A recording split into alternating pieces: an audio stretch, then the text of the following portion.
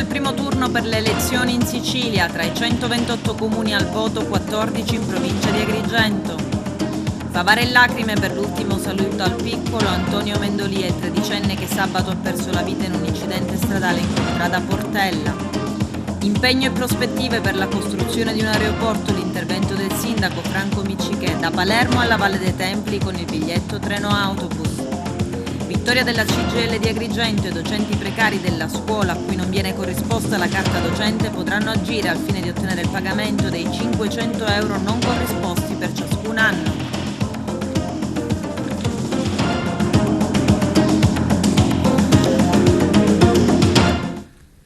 Bentrovati gentili telespettatori al nostro appuntamento con l'informazione. Si è concluso il primo turno per le elezioni amministrative in Sicilia, tra i 128 comuni al voto, 14 in provincia di Agrigento. Solo a Licata, con popolazione superiore ai 15.000 abitanti, è stato applicato il sistema proporzionale con eventuale ballottaggio, che però non è stato necessario perché l'ex sindaco, l'avvocato Angelo Balsamo, è stato eletto sindaco con una valanga di voti. Il servizio di apertura del nostro direttore Arturo Cantella. L'affluenza alle scorse elezioni di domenica e lunedì è stata in Sicilia del 56,39% nei 128 comuni che sono andati al voto. Complessivamente hanno votato 756.144 cittadini su 1.340.983 aventi il diritto. Il dato provinciale dell'affluenza nella nostra provincia, dove si votava in 14 comuni, si è attestato intorno al 48,21% degli aventi diritto, pari a 58.066 votanti. Nella provincia di Caltanissetta hanno votato 5 comuni, pari al 40,63% degli eletti. In provincia di Catania 19 comuni alle urne hanno votato il 57% degli elettori. Nell'Ennese, che ha interessato 9 comuni, hanno votato il 50,43%, nel Messinese, la provincia con più comuni a voto, addirittura ben 32, l'affluenza è stata più alta, attestandosi al 63,67%. Nella provincia di Palermo sono stati 25 i comuni interessati al voto e si è recato alle urne il 60,24% degli aventi diritto. Nel Ragusano, 4 comuni, l'affluenza è stata circa del 58%, mentre nel Siracusano, con 8 comuni al voto, del 57,35%. Nella provincia di Trapani, con 12 comuni al voto, l'affluenza è stata del 59,17%. Il comune con più votanti in Sicilia è il risultato Santa Domenica di Vittoria, nel Messinese, in cui ha votato addirittura il 79,74%. Al secondo posto Cerda e Geraci Sicolo, in provincia di Palermo, rispettivamente con il 77,13% e il 76,58%. Quello in cui si è registrato il meno numero di votanti, invece, è nella nostra provincia di Agrigento, è il comune di Sant'Angelo Muxaro, dove sono andati al voto appena il 28,90% di votanti. E in merito alle elezioni che hanno interessato la nostra provincia, che ricordiamo sono stati 14, tante le riconferme, alcuni ritorni e qualche novità. Le urne chiuse in provincia di Agrigento ha visto in particolare gli occhi puntati su Licata, il comune più popoloso chiamato al voto, dove non è necessario il turno di ballottaggio. Angelo Balsamo è stato eletto sindaco al primo turno con il 59,62% della preferenza. Ricordiamo che Angelo Balsamo è stato già sindaco alla guida del comune nel 2013, una vittoria schiacciante per il centrodestra che si presentava compatto alla tornata elettorale. L'altro candidato, Fabio Amato, ha chiuso con 6.060 preferenze pari al 31,94%, mentre Angelo Iacono si è fermato a 1.506 preferenze con il 7,94%. Nella città di Menfi un testa a testa serrato, a spuntarlo è stato Vito Clemente con il 50,66% e il nuovo sindaco che succede all'uscente Marilena Maugeri. Ha avuto la meglio sul candidato Ludovico Viviani, che si è fermato al 49,34%. A Ravanusa trionfa invece Salvatore Pitrola, candidato forte della Democrazia Cristiana dell'ex governatore della Sicilia Totò Cuffaro, ma sostenuto anche dal Partito Democratico, dal Movimento 5 Stelle, Articolo 1, dalla lista civica Ravanusa Aperta. Pitrola ha avuto la meglio sugli altri 3 candidati. gli avvocati Cabiria Loggia, Lillo Massimiliano Musso e Vito Ciotta. A Castropilippo invece la novità si chiama Totò Gioacchino Baio, il neosindaco ha battuto con il 49,44% il primo cittadino Luscende Badalamenti e la candidata Ilenia Dainotto. A Sambuca di Sicilia vince invece Giuseppe Cacioppo, già vice sindaco in carica con il 50,97%, che prende il posto di Leo Ciaccio. L'ingegnere edile Vincenzo Galifi, 33 anni, è il nuovo sindaco di Burgio. Galifi prende il 50,66% delle preferenze. Al secondo tentativo è riuscito a vincere le elezioni e sconfiggere il sindaco uscente Matinella, che si è fermato invece al 49,34%. A San Giovanni Gemio il nuovo sindaco è Dino Zimbardo, il neo primo cittadino, ottenendo il 41,35% dei suffragi, ha avuto la meglio su Giovanni Viceli e Rito Compilato. Domenico Migliare invece è il nuovo sindaco di Joppolo Giancaxio con 562 voti, pari al 69,73%, mentre la sfidante Mariangela Cacciatore si è fermata a 244 voti con il 30,27%. Continuiamo con le riconferme. Alfonso Provvidenza, candidato del Partito Democratico, stravince a Grotte con il 73,50%, il confronto senza storia con Paolo Pilato, e quindi si riconferma Alfonso Provvidenza, sindaco di Grotte. Sono felice e soddisfatto, ha dichiarato il sindaco, i cittadini grottesi hanno dimostrato ancora una volta di essere liberi cittadini. Conferma anche a Calavonaci per l'uscente sindaco Pino Spinelli, che è stato rieletto dopo essersi affermato con l'83,77%, insomma un plebiscito, sul giovane candidato Scorsone, ottenendo solo 135 voti. A Cianciana invece nuovamente eletto Martorana, sindaco uscente, con il 63,18%. A Lucca Sicola arriva la conferma di Salvatore Dazzo al suo secondo mandato consecutivo, prendendo circa il 43%.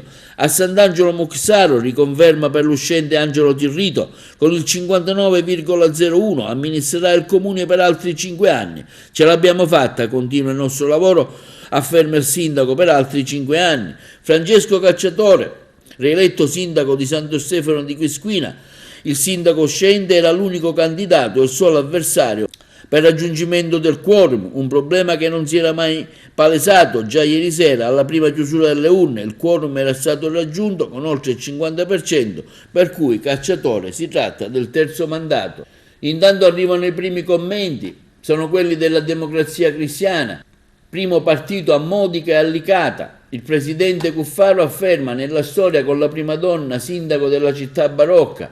La Democrazia Cristiana si afferma come primo partito a Modica con l'orgoglio di essere stato fautore delle elezioni della prima donna sindaco in città, attestandoci al 23,26%, un merito che grazie anche all'impegno dell'onorevole Ignazio Abate e di tutta la squadra siamo riusciti a ottenere, quello che dichiara il segretario nazionale della Democrazia Cristiana.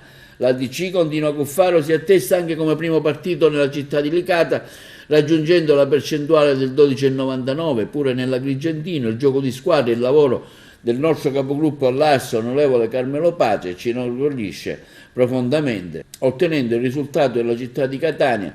Ringraziamo i candidati ai comuni e il voto per il grandissimo sforzo profuso. Altro comunicato stampa arriva da Partito Democratico, che vince le elezioni amministrative in ben 8 comuni su 14 della nostra provincia. Gli elettori della provincia di Agrigento, anche in questa tornata elettorale, hanno dato fiducia al nostro partito e ai nostri candidati.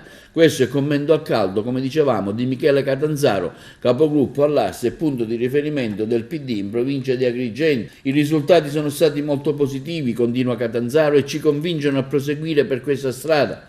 I cittadini hanno scelto persone che ritengono degne, con le quali condividono valori obiettivi. I miei complimenti e un grande augurio di buon lavoro a tutti i sindaci eletti, in particolare a Salvatore Pitrola di Ravanusa, a Francesco Cacciatore di Santo Stefano Quisquina, Giuseppe Cacioppo di Sambuca di Sicilia, Mimmo Migliare di Joppolo Giancaxio, Alfonso Provvidenza riconfermato a Grotte, Angelo Tirrito riconfermato a Sant'Angelo Muxaro, Enzo Galifi Burgio e Vito Clemente di Menfi. Favara in lacrime per l'ultimo saluto al piccolo Antonio Mendolia, il 13enne che sabato ha perso la vita in un incidente stradale in contrada Portella. Arturo Cantella. Lacrime e dolore per l'ultimo saluto al piccolo Antonio Mendolia, il tredicenne deceduto 3 giorni fa in un brutto incidente stradale avvenuto in via Portella. Oggi è il giorno delle lacrime, non servono le parole, serve solo avere fede e ricordare le belle cose di Antonio, momenti di vissuto con lui. Adesso lui si trova in paradiso insieme al nostro Signore. Questo quanto detto durante l'omelia di Don Alfio Lanfranco, padre guardiano del convento di Sant'Antonio, dove si è svolta la cerimonia funebre. Antonio era un grande tifoso dell'Inter, compagni di scuola e amici non hanno fatto mancare la maglia nerazzurra che hanno appoggiato sulla bara bianca. La città di Favara ha voluto rendere omaggio così ad Antonio e manifestare la vicinanza alla famiglia. Durante le esequie ci sono stati momenti ovviamente di grande commozione, di silenzio assoluto fino all'uscita della bara, accompagnata da un lungo applauso e dai palloncini bianco e azzurri che sono stati fatti volare in cielo. A Favara è stato lutto cittadino. Il piccolo Antonio Mendolia, deceduto 3 giorni fa in via Portella, una zona di Favara, viaggiava a bordo di uno scooter, uno scarabeo, insieme a un amico e lui faceva il passeggero. In un tratto di discesa, forse a causa di un malfunzionamento dei freni, è quello che si dice, il terribile schianto. Per Antonio non c'è stato nulla da fare, la procura di Agrigento ha aperto un fascicolo d'inchiesta per accertare la dinamica dell'incidente e l'attività investigativa prosegue. A Realmonte si inaugura oggi e si restituisce alla comunità di visitatori la Villa Romana nella baia tra Punta Piccola e Punta Grande. Il recupero è stato finanziato dal Parco Valle dei Templi, sarà fruibile per le visite dall'1 giugno al 30 settembre dalle 9 alle 19. Vediamo. Una breve intervista, oggi un momento importante per Villa Romana. Un momento importante perché si dà la possibilità al pubblico di poter godere di queste bellezze meravigliose. Sono delle bellezze di architettura, sono dei mosaici che abbiamo restaurato importanti, ma è una bellezza paesaggistica. Siamo nella spiaggia della Scala Turchi, non dimentichiamo. Siamo felici di poter comunicare questo ai visitatori che saranno numerosi e comunicare pure che stiamo lavorando con l'amministrazione comunale per una apertura contingentata e accompagnata alla Scala Turchi. Un valore aggiunto questo di Villa Romana? Significa un ulteriore carico, un ulteriore onere, ma siamo orgogliosi e felici di poter contribuire al ripristino di una valorizzazione con delle regole precise che possono consentire soprattutto la tutela del visitatore e la tutela del bene tutelato. Assolutamente sì, siamo felicissimi. Io devo ringraziare ovviamente la sinergia che ha dimostrato sicuramente il Comune, ma anche il nostro parco, che si è messo a disposizione sostanzialmente per restaurare e restituire alla fruizione di tutti i cittadini e turisti questa meraviglia. Troviamo ovviamente dei mosaici degni di nota, ma anche le terme. Agrigento si sta preparando nel migliore dei modi per affrontare Agrigento Capitale della Cultura. L'assessorato che ho l'onore di guidare è presente e sta cercando, ovviamente senza soluzione di continuità, di lavorare con impegno e determinazione per cercare di far decollare Agrigento sotto tutti i punti di vista. Ci sono altri impegni in scadenza, altri programmi per ciò che riguarda il parco, la zona di Agrigento, altre zone? Ci sono una serie di iniziative importanti finalizzate ovviamente alla valorizzazione e alla fruizione. Ogni giorno abbiamo un evento nuovo e stiamo cercando di lavorare con la massima intelligenza per ottimizzare uomini, mezzi e risorse per cercare di fare grande veramente Agrigento Capitale della Cultura. Sicuramente sono passati tanti anni, in verità già dall'anno scorso quest'area dove ci troviamo stamattina veniva utilizzata per attività culturali. È chiaro che l'antiquarium, che è chiuso da diversi anni e oggi finalmente è stato restituito alla collettività. Sono nel corso degli anni stati fatti dei lavori, degli scavi, delle ricerche scientifiche e stiamo parlando che nel 2016-17 c'è stata un'attività in collaborazione con diverse università di appunto ricerca che ha consentito l'individuazione di altre stanze della Villa Romana e di andare avanti verso una tutela reale di un sito meraviglioso. Con Scala dei Turchi l'aggiunta di questa nuova apertura ovviamente fa sì che Realmonte diventi un punto di riferimento oltre ogni misura, no? Sì, oggi contestualmente all'apertura di Villa Romana si annuncia la sottoscrizione di una convenzione e di un protocollo di intesa con l'ente parco da qui a breve. Questo protocollo di intesa, dove verrà individuato un ticket per i servizi da dare alla collettività, ci consentirà finalmente di programmare e di gestire un sito meraviglioso che però necessita di tante cose, necessita di nuovi sbarramenti, di nuova insegna, necessita di una programmazione, di una viabilità ecosostenibile, necessita di guide esperte specializzate, di gente che è in grado di poter descrivere anche dal punto di vista scientifico l'importanza della Scala dei Turchi. E la Scala dei Turchi però è oggetto ancora di un vincolo del dissesto PAI. Stiamo già presentando un progetto, un ponticello che consentirà l'accesso contingentato sulla Marna e contestualmente consentirà insomma la restituzione in toto del sito. Sulla parte demaniale al momento, che è stata già oggetto di una concessione da parte della STA l'anno scorso, ha concesso la STA per 10 anni la gestione della parte demaniale dell'arenile antistante al comune di Realmonte del sito appunto, 10 anni prorogabili per 10 e ci stiamo muovendo in questo senso. Ribadisco per accedere bisogna avere l'approvazione di questo percorso alternativo, siamo addirittura di arrivo, quindi insomma al momento chi accede è solamente sono gruppi di addetti ai lavori. Proprio ieri è venuta a trovarci una delegazione dell'Università del Massachusetts, abbiamo avuto grandi stilisti Armani e tanti altri, insomma al momento si lavora sulla promozione e sulla ricerca scientifica nelle more che possa essere fruita anche dalla collettività, seppur in modo contingentato. Claudio Lombardo, risultato soddisfatto da questo accordo, da questa nuova iniziativa tra Comune e Ente Parco per la Scala dei Turchi e la riapertura di questo sito archeologico? Oggi è una bella giornata per Agrigento, per Realmonte e per la Scala dei Turchi. Dopo 12 anni di battaglia da parte di Mare Amico per la chiusura, la messa in sicurezza ed ora la riapertura, finalmente viene fuori un ente serio che è l'ente parco per la gestione della Scala dei Turchi. Non sappiamo ancora i termini dell'accordo, però certamente oggi è una giornata che va ricordata e va festeggiata. Vittoria della CGIL di Agrigento. I docenti precari della scuola a cui non viene corrisposta la carta docente potranno agire al fine di ottenere il pagamento dei 500 euro non corrisposti per ciascun anno. Vediamo. Siamo alla CGIL di Agrigento per parlare di un'avvertenza che riguarda il bonus docenti e in particolare per i docenti precari. Fino ad oggi il Ministero ha riconosciuto questi 500 euro annuali solamente ai docenti di ruolo. Adesso avete presentato ricorso e 7 persone lo hanno vinto.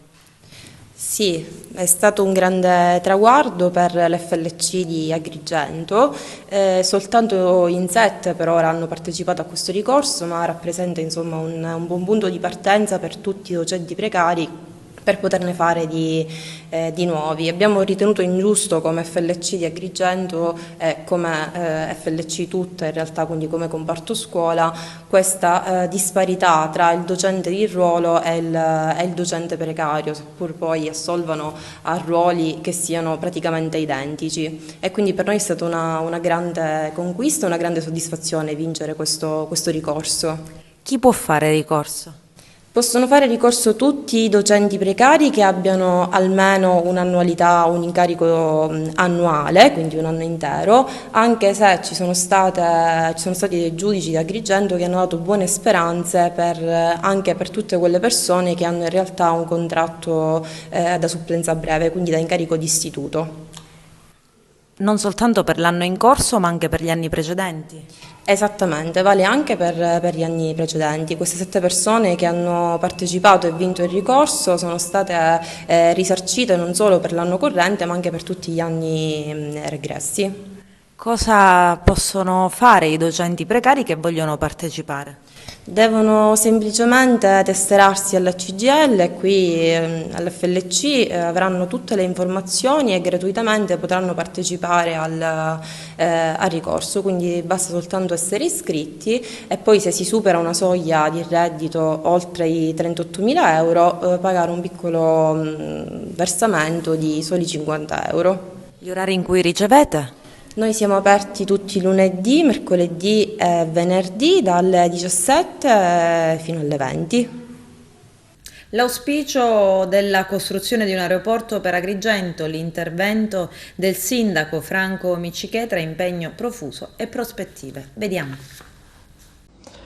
Cari concittadini, una battuta sull'aeroporto di Agrigento.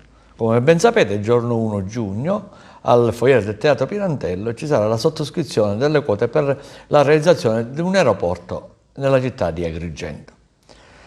Io voglio precisare che in tempi non sospetti, perché mi piace lavorare nel silenzio, però lavorare per la mia città. Il 19 di novembre del 2022, la scadenza era il 20 novembre 2022, ho mandato una PEC alla Direzione Generale per gli Aeroporti, Trasporto Aereo e Servizi Satellitari del Dicastero.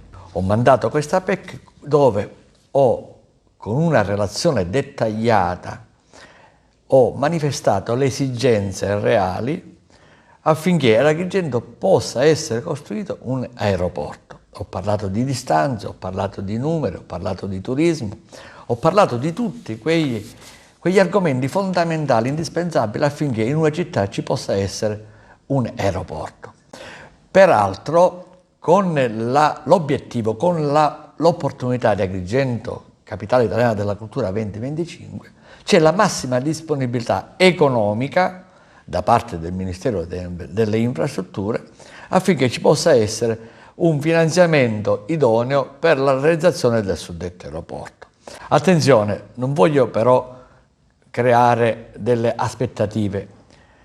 Voglio soltanto dire che se non avessi scritto questa PEC il 19 novembre del 2022, Agrigento sarebbe stata tagliata fuori per i prossimi 15 anni per la realizzazione dell'aeroporto. Quindi la volontà da parte di questa amministrazione c'è. Chi vuole partecipare il giorno 1 giugno può presentarsi al foyer del Teatro Pirantello e sottoscrivere quando verrà esposto. Grazie. Da Palermo alla Valle dei Templi con il biglietto treno autobus, servizio integrato in vista di Agrigento, capitale della cultura. Vediamo. Da qualche settimana la regione siciliana ha autorizzato il biglietto integrato da e per la Valle dei Templi e con soltanto 1,20 euro in più potranno arrivare da tutta la Sicilia direttamente alla Valle dei Templi. Questo anche in previsione al 2025, quando Agrigento sarà capitale della cultura italiana. Già la regione siciliana è in movimento su treni e sugli autobus che porteranno non solo i siciliani ma anche i turisti che vorranno vedere le bellezze siciliane e soprattutto la Valle dei Templi. Il turismo non può esistere senza dei trasporti efficienti, non soltanto da e per la Sicilia con collegamenti aerei, ma soprattutto nei collegamenti ferroviari e su gomma. Siamo impegnatissimi in questi mesi non soltanto sulle linee ferrate, ma anche sui collegamenti stradali e autostradali. E proprio ieri è stato convertito il decreto Ponte, potremo, riprendendo il ragionamento sulla Palermo-Catania, finalmente avere un commissario di governo che sarà nella persona del presidente della regione Renato Schifani per alleggerire tutti i cantieri autostradali che ci sono sulla Palermo-Catania e poi lavoreremo anche sulla Palermo-Agrigento. La regione siciliana ha consegnato un padiglione green alla missione di Speranza e Carità fondata da Biagio Conte a Palermo. Il locale destinato all'accoglienza dei più poveri è completamente autonomo dal punto di vista energetico. Vediamo.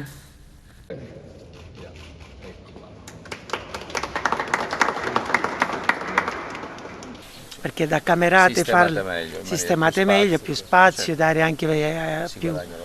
Ecco. Sì, oggi sarebbe chiaramente felice di vivere anche questo momento di quello che è stato fatto, ecco, da parte della Regione come segno di aiuto alla missione, anche di aiuto e di apertura a tutta la città.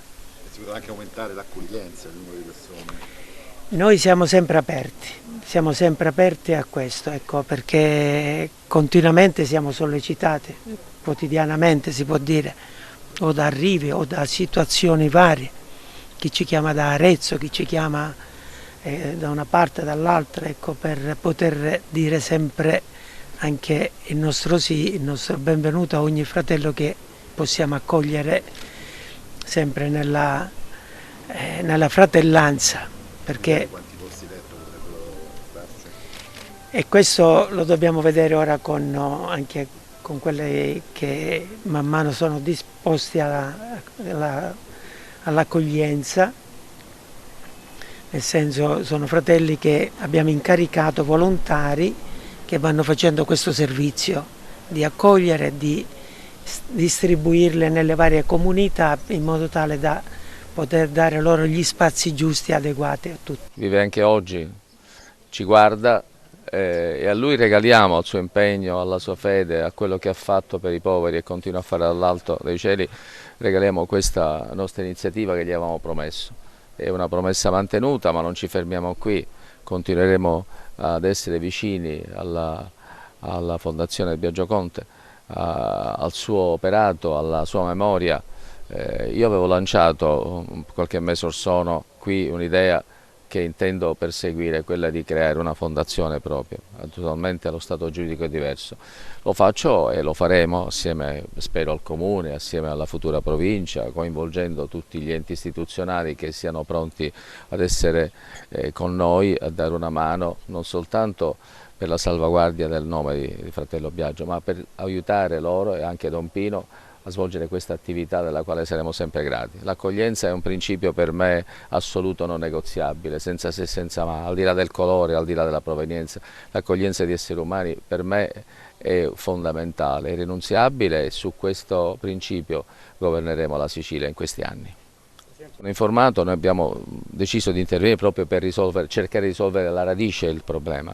E i miei tecnici della Regione affermano che già il 70% delle utenze elettriche verrà assorbito e verrà realizzato attraverso questi pannelli, quindi il costo si ridurrà di almeno 2/3 rispetto al passato e questo sicuramente è già un contributo indiretto ma continuo, non ci sarà più quella che è richiesta che avviliva certe volte Fratello Biagio a dover chiedere aiuto alle istituzioni perché non si poteva. Noi abbiamo anche deciso, e lo abbiamo già fatto, di estinguere in buona parte il debito che questa struttura aveva nei confronti dell'Enel. L'Enel è stata molto sensibile e anche la MG di Palermo. C'è stato un concorso di tutte le istituzioni, quindi si riparte da zero come debiti, però con un costo di gran lunga inferiore rispetto al passato.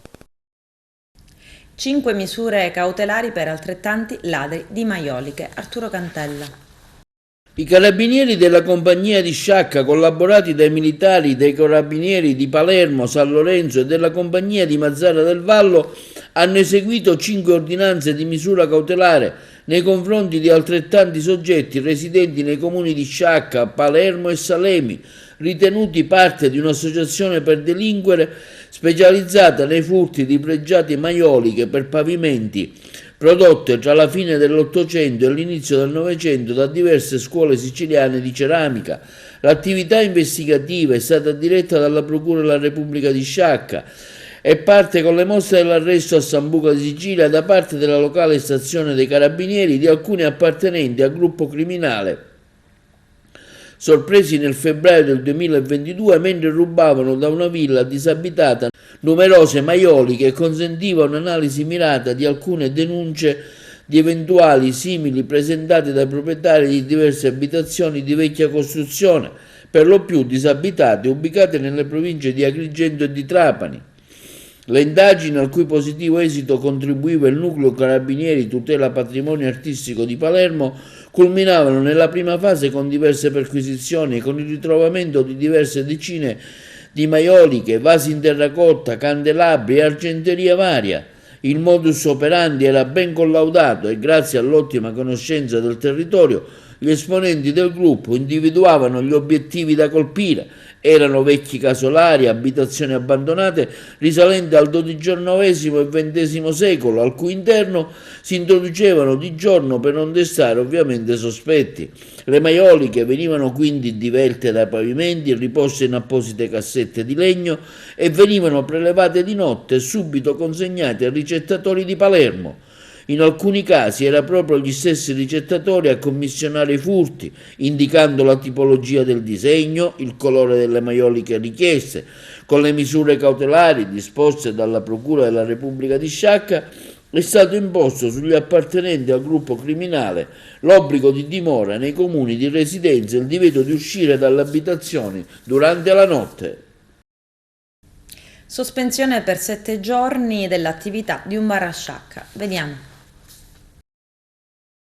Ieri a Sciacca la Polizia di Stato ha dato esecuzione a un provvedimento emesso dal questore di Agrigento Emanuele Ricifari, con il quale è stata disposta la sospensione per un periodo di 7 giorni dell'attività di un esercizio pubblico che somministrava alimenti e bevande insistente nel comune di Sciacca, secondo le normative dell'articolo 100. La sospensione delle attività commerciali è stata combinata a carico del titolare e si innesta nella prosecuzione dei servizi di prevenzione svolti nel territorio e in quelli di controllo amministrativo del Commissariato di Pubblica Sicurezza di Sciacca, che recentemente ha consentito di adottare analoghi provvedimenti a carico di 2 titolari di attività commerciali.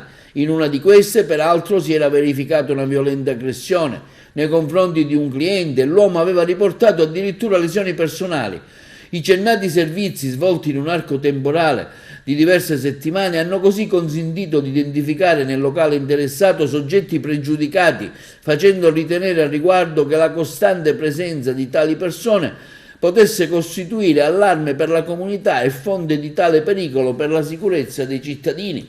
I servizi di polizia saranno ripetuti nel tempo per un capillare controllo del territorio e una maggiore garanzia per tutta la collettività.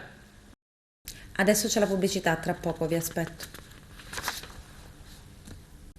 Oltre alla procura di Caltanissetta, i figli di Paolo Borsellino, anche 3 ex ergastolani innocenti e parte civile hanno impugnato in appello la sentenza di primo grado al processo sul depistaggio. I dettagli nel servizio. Vincenzo Scarantino è stato ricattato, non sopportando le torture del carcere di Pianosa, non sopportando le continue pressioni esercitate da Arnaldo La Barbera e da Mario Bo, con i colloqui investigativi, quelli autorizzati e quelli in autonomia, ha ceduto, finendo per sostenere il ruolo del falso collaboratore.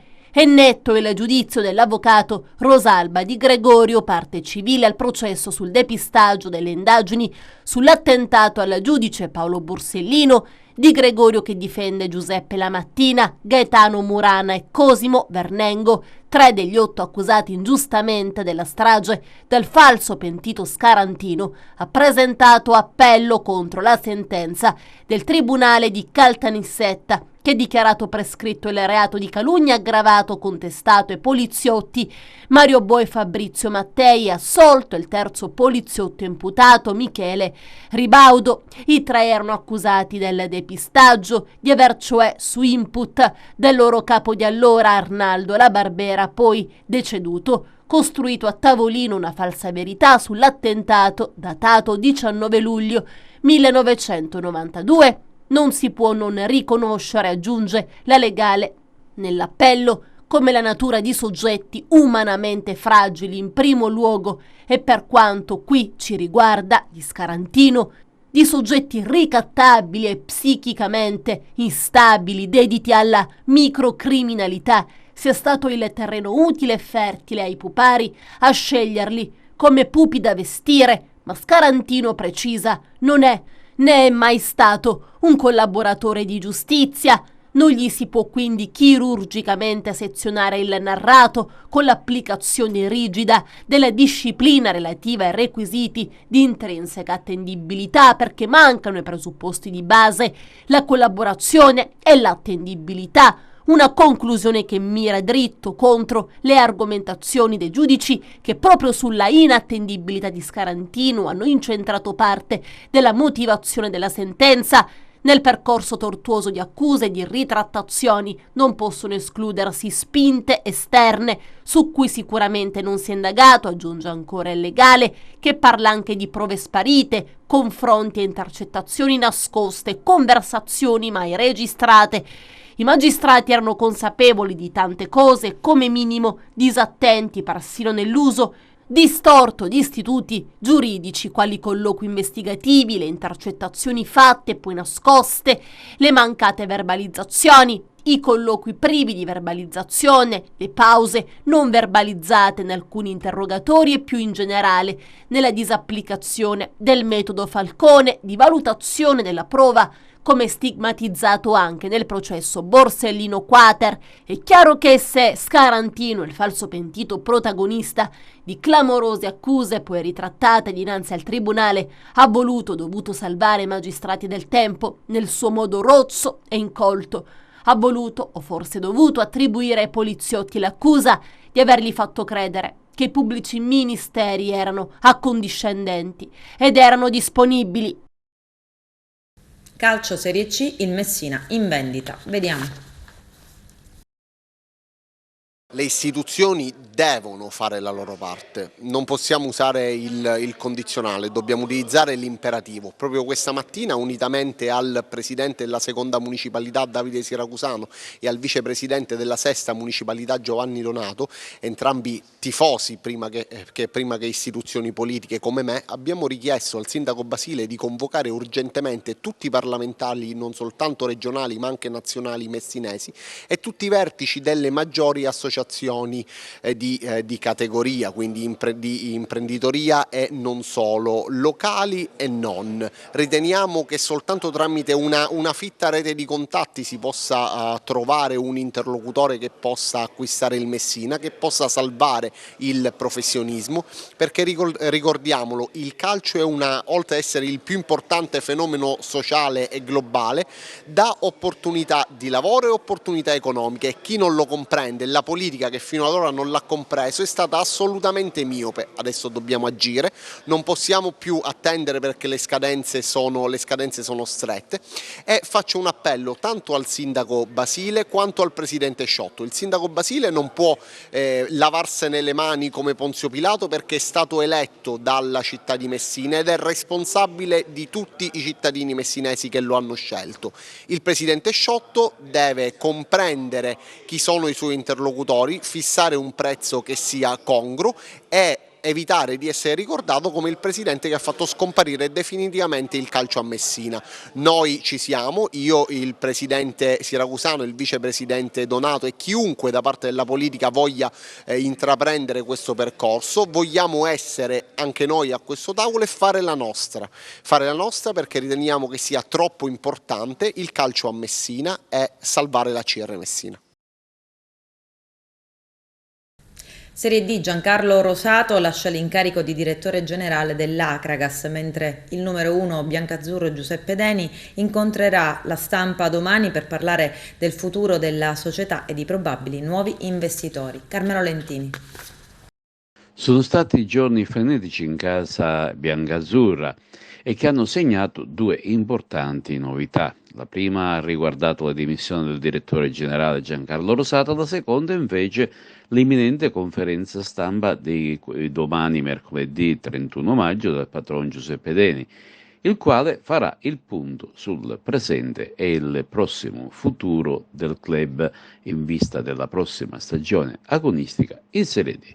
È chiaro che qualcosa bolle in pentola, anche se le voci che girano indicano il prossimo e probabile futuro inserimento di nuove forze imprenditoriali per dare maggiore impulso e solidità alla società biancazzurra. Tutto dunque è rimandato all'imminente conferenza stampa di domani, durante la quale l'attuale patron Giuseppe Deni indicherà appunto il nuovo percorso che potrà effettuare la squadra. Ma quali potrebbero essere le novità? Nelle scorse settimane si era parlato e si continua sempre a parlare dell'imprenditore etneo Marco La Rosa, che a quanto pare sembra essere il maggiore indiziato, ma non si esclude il coinvolgimento di una società romana che si occupa di energie rinnovabili. Domani pomeriggio il padrone Giuseppe Deni svelerà i nuovi piani societari. E cambiamo argomento, non si è registrato alcun sussulto finale nell'ultimo turno di campionato di terza categoria.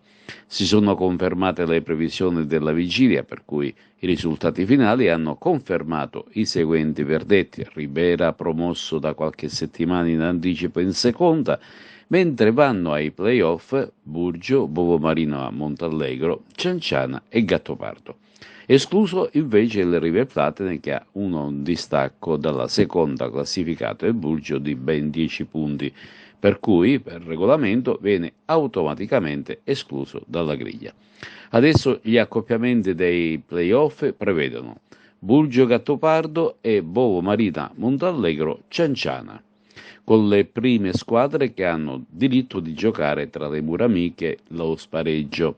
Le due vincitrici disputeranno la finale sul campo della migliore classificata nella regular season, per cui questi due incontri, che vedono coinvolte 4 squadre, saranno quelle che decideranno il proprio futuro. Ma vediamo di leggere la classifica finale di questo campionato di terza categoria. Il Ribera ha concluso con 67 punti, il Burgio con 61, il Bovo Marino Montallegro con 54, il Cianciana con 54 e la Gattopardo con 52.